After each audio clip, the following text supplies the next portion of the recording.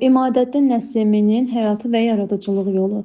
Qeyd edeyim ki, İmaməddin Nəsiminin həyat və yaradıcılığı 13-16-cı əsrləri əhatə eləyir, yəni orta dövr, orta əsrlər Azərbaycan ədəbiyyatını.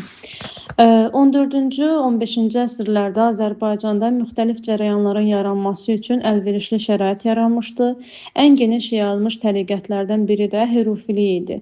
Bu təriqətin başçısı və nəzəriyyətçisi Azərbaycan alimi və şairi Şeyx Fəzlullah Nəimi olmuşdu. Kim?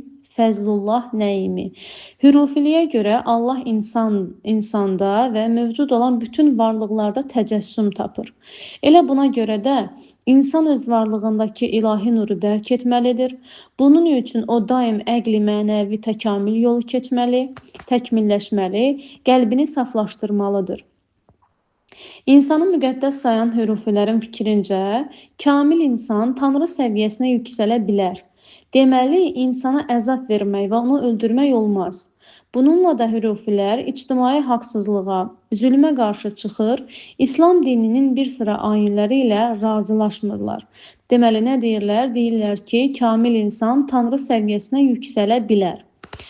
Hürufilərin feodal hakim dairələri İslam xadimləri tərəfindən təqib və edam edilmələrinin mühüm səbəblərindən biri bu idi.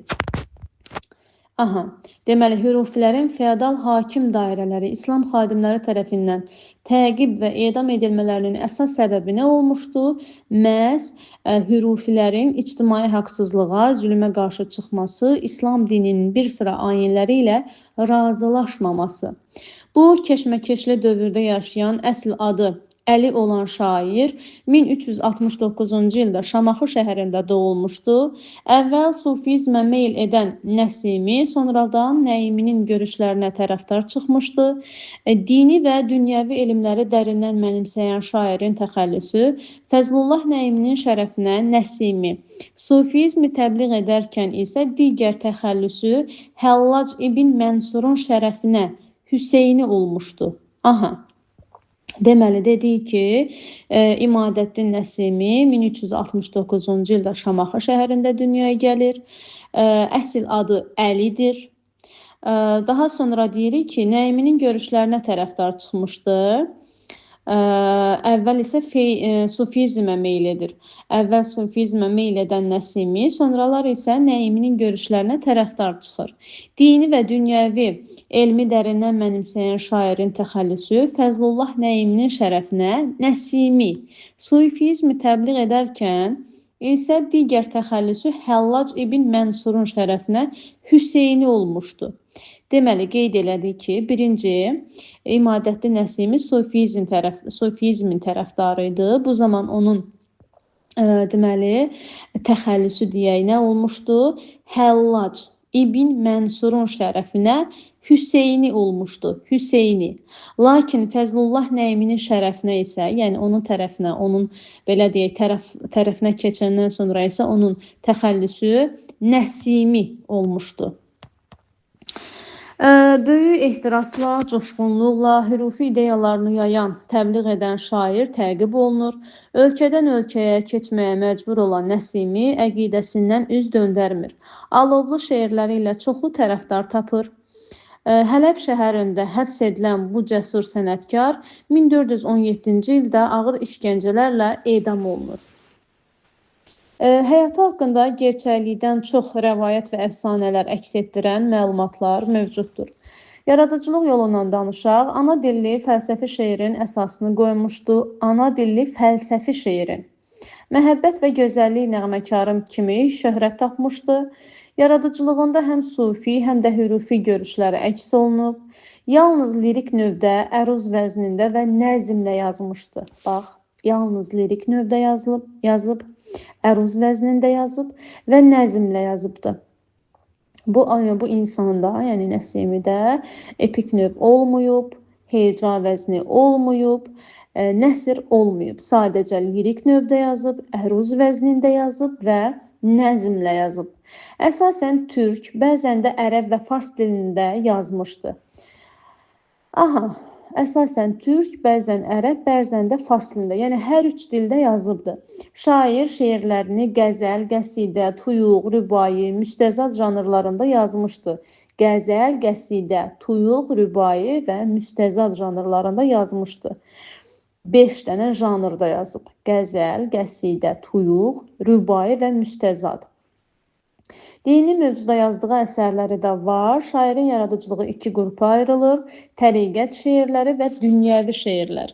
Təriqət şeirləri, ilk təriqət şeirləri sufi xarakterli olmuşdu.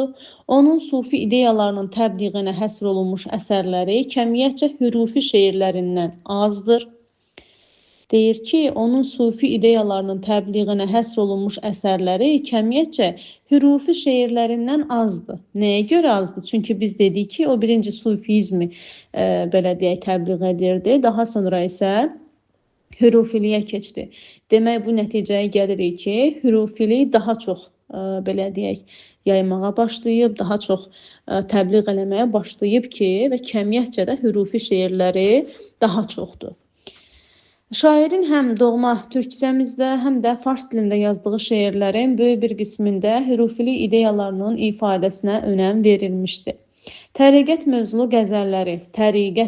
qəzəlləri söz, sığmazam, mənəm mən, daim ənəl həq söylərəm, həqdən çü mənsur olmuşam, mərhaba insani kamil, canımın cananəsi. Bu, deməli, qəzəlləri təriqət mövzuludur. Hansılar oldu?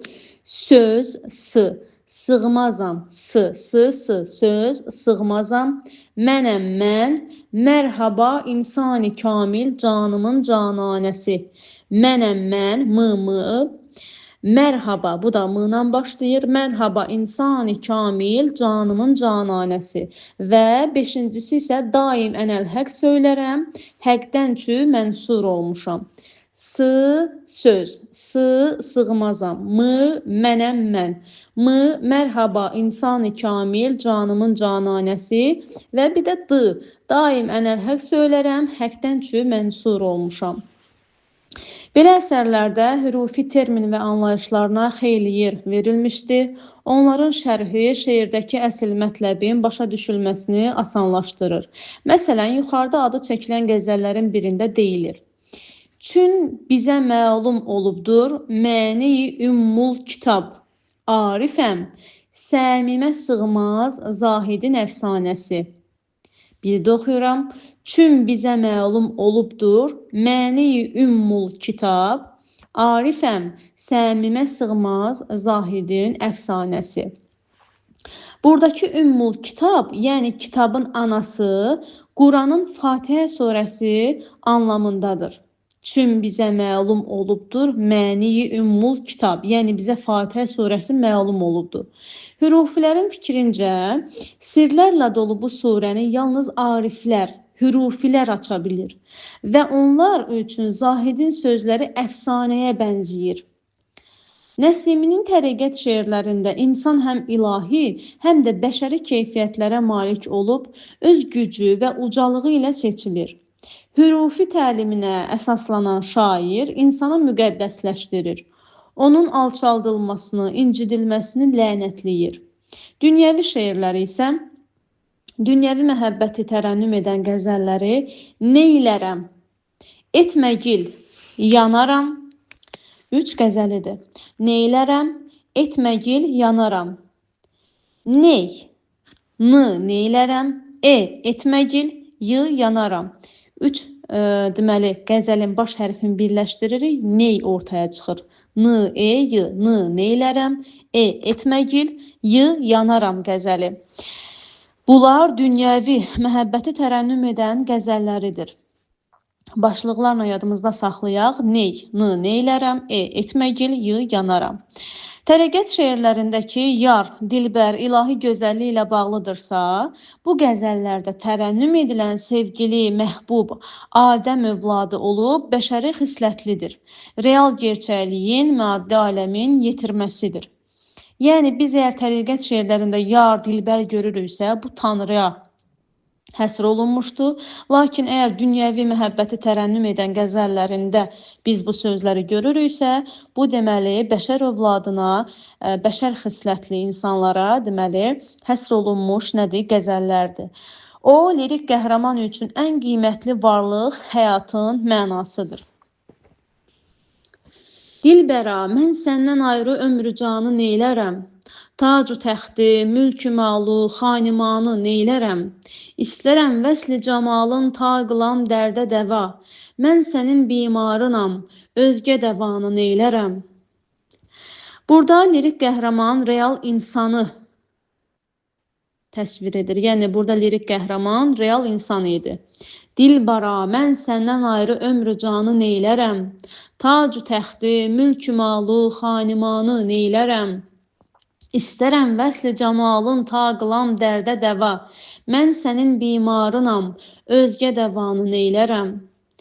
Zahiri gözəlliyin təsvirinə həsr olunan qəzəllərindən isə düşdü yenə dəli könül gözlərinin xəyalına və bir də əcəba bu hüri üzlü məhi bəhr ya pərimi? Deməli, iki qəzəli var ki, gözəllərin təsvirinə həsr olunubdur. Birincisi, düşdü yenə dəli könül gözlərinin xəyalına. İkincisi isə, əcəba bu huri üzlü məhi bəhr ya pərimi? Zaten buradan elə görəndə biz bilirik ki, gözəlin tərənnümü burada əks olunubdur. Və təbiət mövzusunda da yazıb, bu mövzuda çox az yazmışdı. Əsərləri peysaj lirikasının gözəl örnəklərindəndir. İctimai fəlsəfi lirikasında toxunulan məsələlər, dünyanın dərk edilməsi ilə bağlı düşünənlər, dünyanın faniliyi və vəfasızlığı ilə bağlı şikayət, rəzilliyi özünə peşə hesab edənlərdən narazılıq. Deməli, dedik ki, təbiət mövzusunda yazdığı əsərlər demək olar ki, azdır və bu əsərlər peysaj janrının gözəl örnəklərindəndir, lakin burada adları çəkilmir. İctimai fəlsəfi lirikasında isə toxunulan 3 əsas məsələ var. Birincisi, dünyanın dərk edilməsi ilə bağlı düşünənlər, dünyanın dərk edilməsi. İkincisi, dünyanın faniliyi və vəfasızlığı ilə bağlı şikayət. Üçüncüsü isə rəzilliyi özünə peşə hesab edənlərdən narazılıq. Birincisi, dünyanı dərk etmək. İkincisi, dünyanın faniliyi və vəfasızlığı. Üçüncüsü isə rəzilliyi özünə peşə hesab edənlərdən narazılıq. Yoxdur vəfası dünyanın, aldanma, anın alnına. Rəngindən oldu münfəil, hər kim boyandı alına. Ağrısı yalandır, sakın, dadlısına aldanma kim? Acıdır anın şəkəri, ağı qatılmış balına. Bu qədər. Həyat və yaradıcılığından bu qədər.